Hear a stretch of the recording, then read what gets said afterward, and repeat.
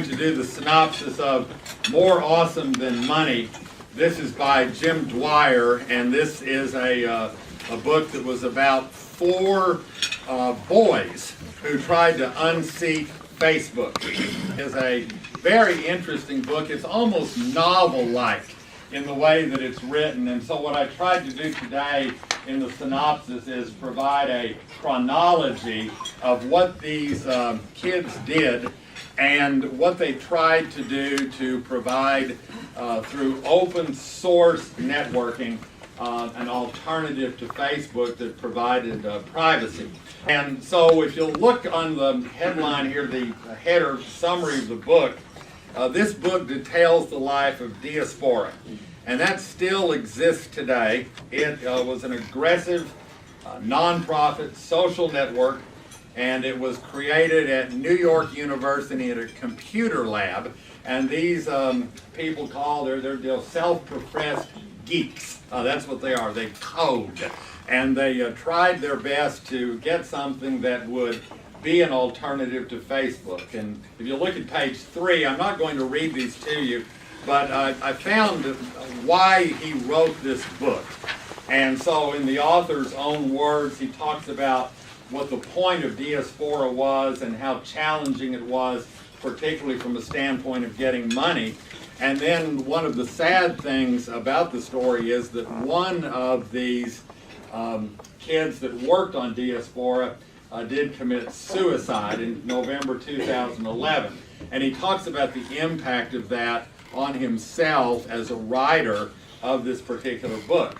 So it's a fascinating story. I think had the Facebook movie not been made, I think this could have been a movie.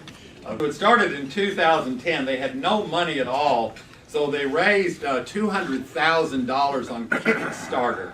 And that was a site that helped creative people find support. And it tells you something about how many people wanted something that gave them privacy, because they gave themselves 39 days to raise $10,000. They did that in 12 days, and then they had $200,000 support as they worked.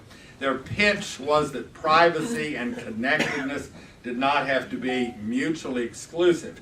The ambition was to replace a centralized web with a decentralized network that was secure and convenient, and they wanted people to be able to keep up with their friends on Facebook without thinking that everyone in the world was spying on them, particularly advertisers.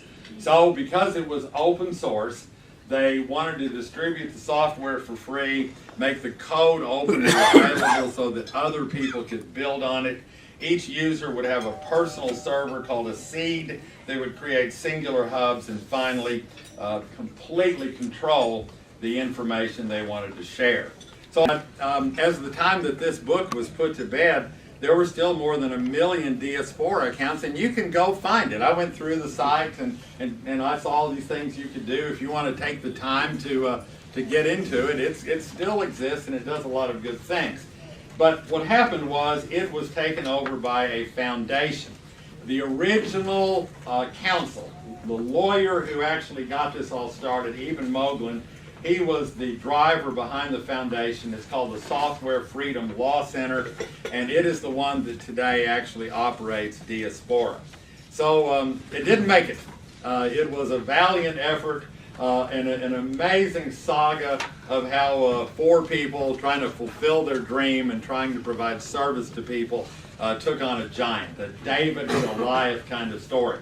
And it's really a very interesting novel-like saga. Whoever wins this book, y'all, sometimes I talk about books that are heavy reading.